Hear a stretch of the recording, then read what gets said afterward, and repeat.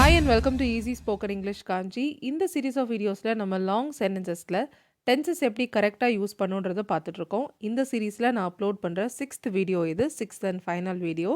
இந்த சீரீஸில் நான் அப்லோட் பண்ண வீடியோஸ் எல்லாமே நான் டிஸ்கிரிப்ஷனில் பின் பண்ணியிருக்கேன். நீங்கள் இன்னும் பார்க்கலன்னா கண்டிப்பாக செக் அவுட் பண்ணி பாருங்கள். Now let's get started with today's lesson. இன்னைக்கான ஃபர்ஸ்ட் செட் ஆஃப் சென்டென்ஸ், குழந்தைங்க அவங்க ஏதாவது ப்ராப்ளம் ஃபேஸ் பண்ணும்போது அவங்க பேரண்ட்ஸ் கிட்ட ஹெல்ப் கேட்கணும். குழந்தைங்க அவங்க ஏதாவது ப்ராப்ளம் ஃபேஸ் பண்ணப்போ அவங்க பேரண்ட்ஸ் கிட்ட ஹெல்ப் கேட்டிருக்கணும் அப்படின்னு சொல்கிறோம். ஸோ ஃபர்ஸ்ட் ஒன் வந்து ப்ரெசென்ட்டில் இருக்குது, செகண்ட் பாஸ்டில் இருக்குது. வீடியோ பாஸ் பண்ணிவிட்டு நீங்கள் ட்ரை பண்ணுங்கள், அப்புறம் ப்ளே பண்ணி ஆன்சர்ஸ் செக் பண்ணிக்கோங்க.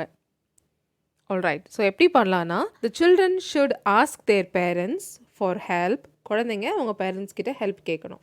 த children should ask there parents for help. எப்போ கேட்கணும்னா when they face any problem. So இந்த சென்டென்ஸை நம்ம பாஸ்ட்டில் சொல்லும் போது என்ன பண்ணலாம்? த சில்ட்ரன் ஷுட் ஆஸ்க்னு இதில் இருக்குது. அடுத்ததில் உதவி கேட்டிருக்கணும்னு சொல்கிறோம். பாஸ்ட்டில் அவங்க இதை பண்ணியிருக்கணும், கேட்கணும், அதோட பாஸ்டன்ஸ் வந்து கேட்டிருக்கணும், right? So the children should have asked their parents for help when they faced. Okay, ஃபேஸ்ன்றது ஃபேஸ்டு பாஸ்ட் டென்ஸில் சொல்கிறோம். when they faced any problem. Okay, the children should have asked their parents for help when they faced any problem. சரிங்களா? So ஏதாவது பிரச்சனை இருக்கும்போது help கேட்கணும் அப்படின்னு சொல்கிறது ஃபர்ஸ்ட் ஒன். ப்ராப்ளம் ஃபேஸ் பண்ணப்போ கேட்டிருக்கணும் அப்படின்னு சொல்கிறது செகண்ட் ஒன். அடுத்த செட் ஆஃப் சென்டென்ஸ் போகலாம். நான் மீட்டிங்கில் ஏதாவது மிஸ்டேக் பண்ணால் நீ எனக்கு ஹெல்ப் பண்ணுவியா? அடுத்தது, நான் மீட்டிங் அப்போ ஏதாவது மிஸ்டேக் பண்ணியிருந்தா நீ எனக்கு ஹெல்ப் பண்ணியிருப்பியா? ஸோ இதில் ஃபர்ஸ்ட் ஒன் ஃப்யூச்சரில் இருக்குது. ஸோ ஃப்யூச்சரில் மீட்டிங்கில் நான் மிஸ்டேக் பண்ணால் நீ ஹெல்ப் பண்ணுவியா? ஓகே. செகண்ட் ஒன் பாஸ்டில் இருக்குது. நேற்று நான் மீட்டிங் அப்போ மிஸ்டேக் பண்ணியிருந்தா நீ ஹெல்ப் பண்ணியிருப்பியா? அந்த மாதிரி ஒரு கான்டெக்ஸ்ட் ட்ரை பண்ணுங்கள். Alright, so first one, will you help me if I make any mistakes during the meeting. So நான் மீட்டிங் அப்போது ஏதாவது மிஸ்டேக் பண்ணா, if I make any mistakes during the meeting, நீ எனக்கு ஹெல்ப் பண்ணுவியா? Will you help me. So இது if கண்டிஷனலில் first conditional, கரெக்டாக? ஸோ இஃபில் கண்டிஷனில் நம்ம என்ன பண்ணியிருக்கோம்? சிம்பிள் ப்ரெசென்ட் யூஸ் பண்ணியிருக்கோம். ரிசல்ட்டில் சிம்பிள் ஃப்யூச்சர் யூஸ் பண்ணியிருக்கோம். பட் அது கொஸ்டின் ஃபார்மில் இருக்குது, வில் யூ ஹெல்ப் மீன்னு கேட்டிருக்கோம். ஸோ இஃப் கண்டிஷனை நீங்கள் ஃபர்ஸ்ட்டாகவும் எழுதலாம், if I make any mistakes will you help me இப்படியும் எழுதலாம். இல்லை இதில் இருக்க மாதிரி will you help me if I make any மிஸ்டேக்ஸ்னு எழுதலாம். அடுத்தது, இது அப்படியே நம்ம பாஸ்ட்டில் சொல்ல போகிறோம். ஸோ இஃப் கண்டிஷனில் இருக்கிற ஒரே ஒரு பாஸ்ட் கண்டிஷன் வந்து தேர்ட் கண்டிஷனல் தான், right?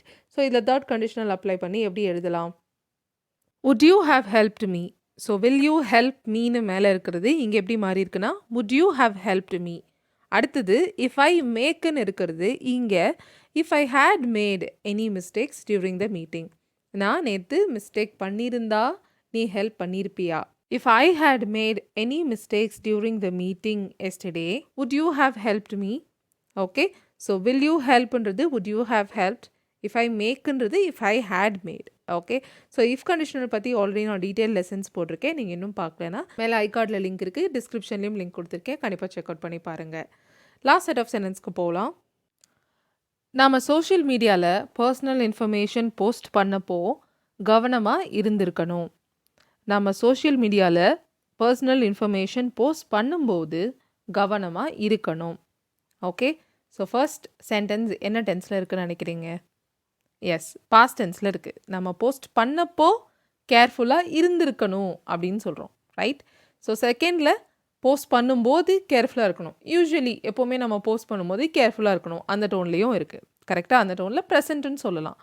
Okay, so first sentence எப்படி பண்ணலாம்? கவனமாக இருந்திருக்கணும். we should have been careful. எப்போ? நாம் போஸ்ட் பண்ணப்போ, when we posted our personal information on social media. We should have been careful when we posted our personal information on social media. So இங்கே should have வந்ததுனாவே பக்கத்தில் V3 ஃபார்மில் verb வரணும், கரெக்டாக? So இந்த இடத்துல be verb தான் main verb, அதை இங்கே V3 ஃபார்மில் should have been அப்படின்னு எழுதியிருக்கோம்.